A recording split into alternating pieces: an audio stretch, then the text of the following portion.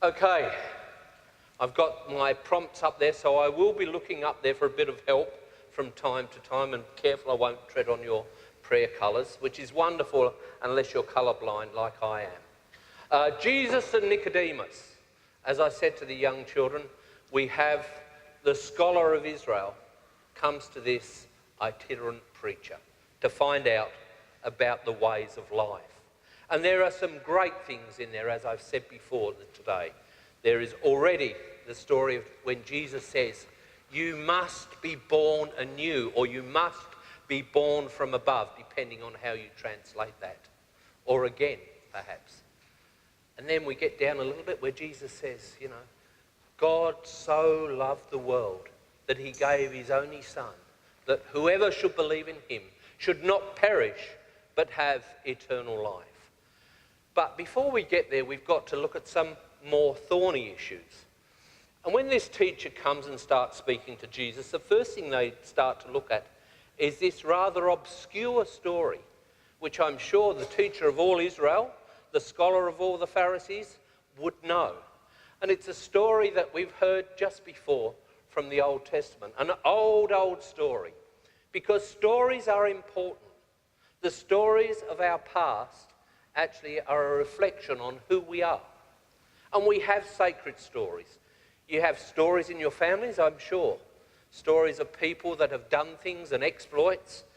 Some of mine are good and some of my family stories are not so good. I'll let you into one just by way. We had an uncle, a great uncle, who passed away in the war. And we'd all heard how Uncle Charlie had passed away.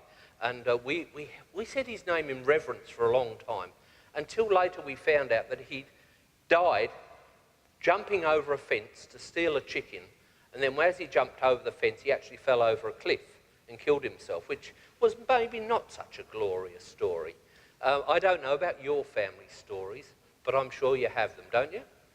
The stories that sometimes are passed down the generations, and they tell us a little bit about where we've come from and who we are. And sometimes, not only do we embrace those stories, but sometimes we struggle against the stories that we know of our families. Are you with me so far? You following? No, maybe it's a hot day. So maybe let's go into this old story that he tells. The people spoke against God and Moses. Why did you bring us up from Egypt to kill us in the desert, where there is no food or water, and we detest this miserable bread? You remember they complained about having nothing to eat, and God had sent them the manna. And so, in their full gratefulness, just like us, they're having a bit of a whinge and complain. So here's the fun bit. Are you ready for this? So the Lord sent poisonous snakes amongst the people, and they bit the people. Many of the Israelites died. How are you feeling about that now, in your good news of the gospel? What sort of God is this? One who sends snakes amongst us. That's God's love, isn't it? And notice we didn't talk to the kids about that, maybe for a good reason. And it goes on to say, the people went to Moses and said, we have sinned, for we spoke against the Lord and you. Pray to the Lord so that he will send the snakes away from us. So Moses prayed for the people. The Lord said to Moses, make a poisonous snake and place it on a pole. Whoever is bitten can look at it and live. Moses made a bronze snake and placed it on a pole. If a snake bites someone, that person could look at the bronze snake and live. What a cheery little number, eh? Little bedtime story for the kids that you can all feel good about. How do you feel about that God? Yeah. It sort of goes against my concepts of God when we talk about God's love. But it's a story, and it's one of the stories of faith. Perhaps not to be thrown away. And Jesus later tends to rehabilitate the story and put it into or I should say the writer of the Gospels rehabilitates the story and puts it into a framework that perhaps we can understand. But we shouldn't read over these things, because the texts are important. The texts that are written down and the texts that are on our heart. I think it's called subtext as well that's going on here. So let's go to our next. Oh, I found this wonderful engraving that came from a Bible. Did any of you ever have the engraved Bibles when you were younger? You know, the ones with the nice pictures in. I love this one. They don't seem to be too concerned about the snakes in this picture, do they? I thought the bloke over the back was having a bit of a smoke when I first looked at it. And don't they all look so very Western as well? And, you know, that bloke with a beard could have been in the bike club that I used to ride with. And the old bloke as well, I'm pretty sure. But do you think that's the way it actually is? I actually see this story as being a very chaotic and scary story. Stories of snakes are often scary. And let's put it into some practical things. This is from around the corner from me, at the top of my street. Eleanor and I stopped and took a picture of this because before I started here, I had a little bit more time. I didn't have to travel as far, and I would walk 5k in the morning to 5k at night. And as soon as I turned at the top of my street, I was greeted by this sign. How would you... We don't see many of these signs down in Carlton, do you? No? No. But, you know, the scary thing was, it wasn't just one of those signs that's some kind of lucid warning. It's actually real. As I would walk down, I'd see occasionally these huge snakes wreathing and writhing down the way. I was pretty scared, I've got to be honest, because we've got to have some wisdom when dealing with snakes.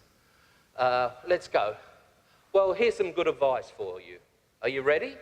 Because you should get some good advice every time you go to church. And the first one is, avoid snakes. If you can, keep away from them. They are a bit scary. Some of them can bite you, and some of them can make you very unwell. Some of them are harmless, but we must avoid snakes. Those that crawl along the way, and of course, there are the other kind of snakes that you've got to avoid. The ones that don't crawl, the ones that aren't necessarily on the ground. You getting me? Are you following what I mean here? There are different kinds of snakes.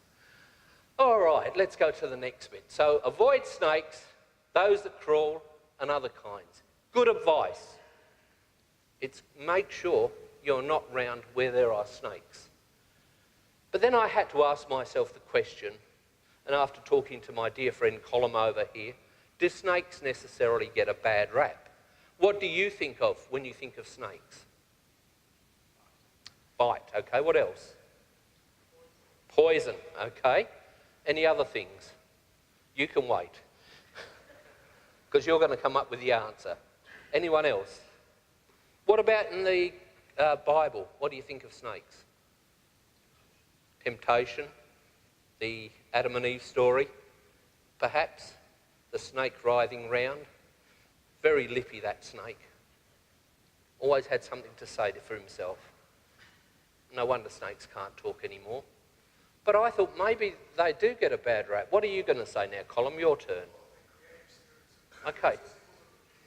Okay, very good. I'll come to that because that's very important. In some different traditions, the snake held a very important part in a different way. Do you know much about the indigenous tradition of the rainbow serpent and the creating of the rainbow serpent? There are some ancient Bronze Age religions that worship the snake. And remembering this is about, when the original story was put out there, it's about the time of the Bronze Age. And remembering it's a story of a journey where the Israelites are going from Egypt to the Promised Land. And in the Promised Land, if you've read your scriptures, you will know that there is also a group of people called Canaanites who are about to get a pretty bad deal out of the whole issue of this new group of people coming. And guess what? Many of those Canaanites worshipped what animal can you expect? The snake. And so maybe there's a bit of sort of subtext here as well, or there's a bit of a story that's going on that's talking about actually the land where they're going and the place of the snake worshippers. So there's something more than just, let's tell a nice story about snakes. Okay, now this is does anyone know this sign? What is it? Anyone know the name of it? Ouroboros, the worm Ouroboros. And it's the sign, as Colin told us, of life. The snake is swallowing its own tail. If you know anything about Celtic tradition, this is a very strong symbol in Celtic tradition as well. But it's also a sign of infinity. There is no start, there is no end. It is a symbol of fullness of life, both here and in the spiritual. So perhaps we've given the old snake a bad rap. Okay. I had a nice picture here of Eleanor saying about Eve. We had to take it down because it wouldn't come up properly. But Eleanor was basically saying, you know, Eve started to sin, and guess who she blamed? The snake. It's always good to blame the snake, isn't it? Something else.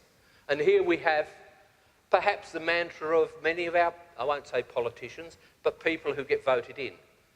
Deny all. Admit nothing. Blame someone else.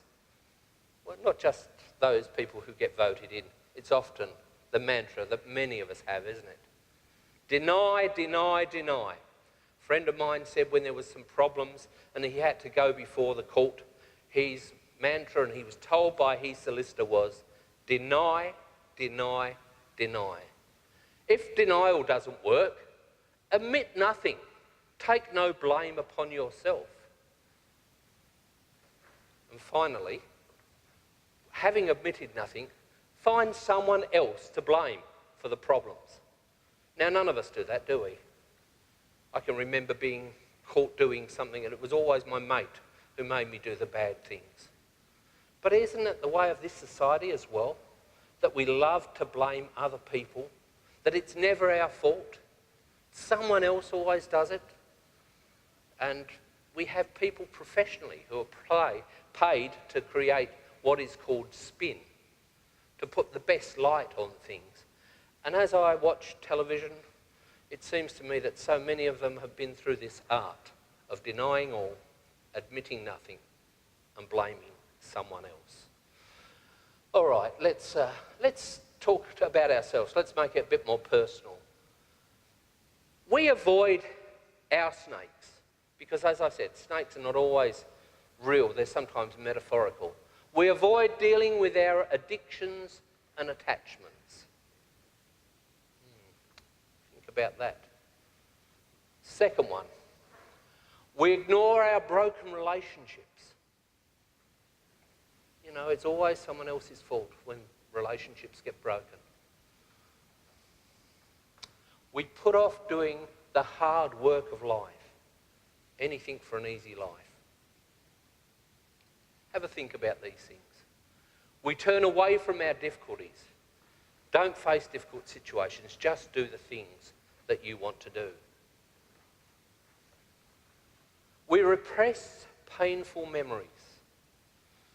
Psychologists are making buckets of money by people who are repressing their memories. We don't acknowledge our fear, resentment, or anger.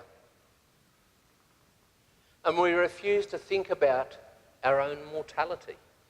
The talk of death in society is not very relevant. In fact, we've made death a clinical thing nowadays, haven't we? Where people are sort of shuffled away in sealed vehicles. Whereas when I grew up, it was often common that one of the people in the family would become sick and there would be a process of nursing. And you would deal with their mortality. And in doing so, we deal with our own sense of mortality. We deny things we have done, and not only the things we've done, but the things we have left undone. The things that perhaps we should have done, but it's easier not to confront those things. So, have a think about that. Do you relate to any of that stuff? I won't ask you to put your hands up, because I relate to quite a few things on that board. And yet, after all, isn't that what the sign says? If you see a snake, run away from it. Perhaps we need to confront the snakes or just sit around them. Did you notice it didn't talk about people running away in the story from the snakes? They would stay and they would look at the bronze snake on the pole. They didn't just run from the situation, they confronted the snakes.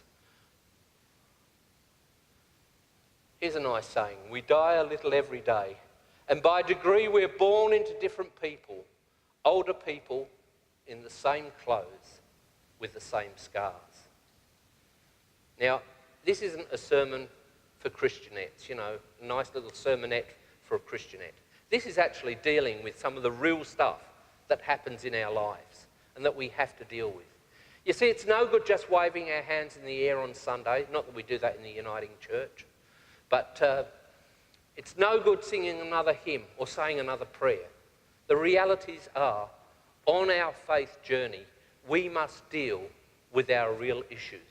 We must be real people, honest to God, but honest to ourselves. Okay. As I said, we've got to deal with our own issues. And in some communities, there is the staring down of the snake. Have you ever seen the snake charmers who stare down the snakes? How do we stare down the snakes in our own life, in our own faith journey? Because if we are people of a journey, we are going to confront snakes constantly. In the wilderness, in our story today, the snake is both an agent of death and an agent of healing. Did you notice that? It was the snake that was biting them and causing them death, but it was also the snake that was giving them life. You see, snakes are not just about stories of evil and taking away. Snakes can also be stories, as Colin said and I've shared, of new life, of new beginnings, and understanding a new way of living. Okay, the place of fear can become a place of courage. It takes a lot of guts to stand up where the snakes are.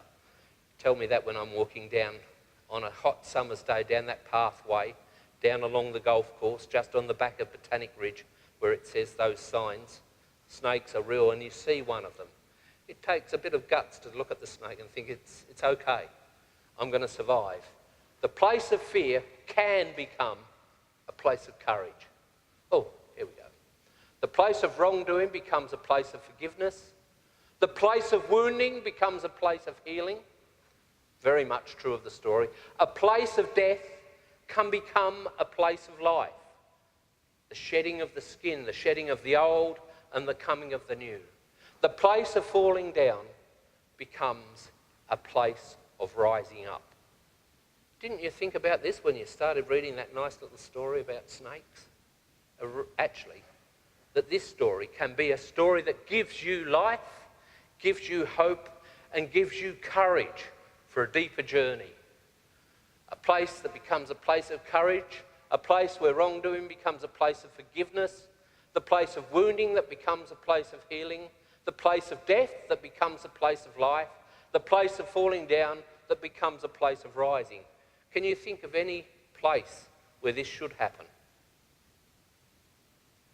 Could I be daring enough and bold enough to suggest perhaps this should be the place that is the church? Have a think about that. So finally, that's the congregation's favourite word is finally. It means you're getting towards the end. The minister has come towards the conclusion. And I hope I've made at least some point because, I think I've told you this. Every sermon should have at least one point. Chris might go on to become a minister, so, someone wisely told me when I asked him 3 points, 5 points or 12 points, because that was the argument of my day in sermons and homilies, and he said one would be good enough, Paul. If you've got 1 point, hopefully you can get through. But I want to talk to us today about our stories. Stories that we read and we call our sacred stories that we hold in our Bible. The stories that you hold of yourselves and of your family. They are important stories. And it's good that we share our stories with one another. Because as we share our stories, it gives others an insight into what we're doing, who we are, how we think, why we think that way. How important are stories? Anyone love to read here? I'm a reader. I like reading. I'm reading some really good books. I start 3 books and finish 2 of them. That's the way I read. But I'm reading some really good books. Someone put me on to this writer called Tony Birch. Tony is a local writer and writes about very familiar things. One of his latest books is about the Yarra River. It's called Ghost River. And it's the story of people who live alongside the River Yarra, not too far from here, just down in Collingwood, and about the everydayness of their lives. And yet, in their stories, in this story, actually speaks to my story of this town, of this place, of the prejudices we hold, of the beauty that is who we are as broken people. Our stories are important. And we come every week and share our sacred stories. It's not a case of telling the old stories, the play school stories, to be children again, but it's a place of letting our sacred stories challenge our very being. Because in the Gospels, in the Old Testament, as we have read today, there is an opening up that can make us a different and better people, that can assure us of new life, can talk to us of our struggles as we go along our personal journey. Our stories are important. And here today, I want to say that every one of you has a story. Your story is important. Irene, many years ago, probably 15, 20 years ago, ran a group, didn't you, called Mosaic. And in your Mosaic group, it was about empowering women. And how many would you have got to your big gatherings? 500 or 600 women. Yeah. And it was really predicated on sharing your stories and making your story to what you wanted your story to be. And out of the groups that you had, one woman came, she wanted to become a racing driver, if I remember rightly. She was a racing driver. Came along to the 60s now, and then she got 350 kilometres. She was in her 40s at that time. It was her dream come true, and she raced for a long time just here locally. Stories are important. Ethel, Mac loves writing stories. I've read quite a few of his tales of being a part of this place. You've probably got more stories to tell than some of us who are a little bit younger. But every one of us, from the kids there to Ethel, to Mac, to myself, all have stories that we can tell. Stories that we can tell. Your story is important. And as we learn more about each other, and as we unwrap ourselves before each other, it is a gift that we give. So our sacred story is important, and your story is important. There's a fellow called Leslie Marmon Silko. He's a Native American, and this is what he says about stories. I will tell you something about stories, he said. They aren't just entertainment. Don't be fooled. They are all we have, you see. All we have to fight off illness and death. You don't have anything if you don't have stories. Talking about the world, he says, they're mighty, their evil is mighty, but it cannot stand against our stories. Let the stories be confused or forgotten. They would like that. They would be happy, because then we would be defenceless then. How important are the stories that we share every Sunday as we meet around this place, as we share a communion and tell an age-old story that has been told since Jesus first instituted the Lord's Supper? The stories that we hold precious, the stories of Carlton, the stories of different places, the Indigenous stories, how important are they that we tell these stories? Stories are the things that will hold us together. And there will be snakes around. Sure there will, because it's back to these snakes. But Jesus chose this story to share with Nicodemus. And I reckon it's a pretty good story when you start to unwrap it. Because it is a story of hope, and it's not a story of death. It is a story of life. And then Jesus goes on to put his story with that. A great story of love, hope, and redemption. May God hold you and your stories as you share them with one another together.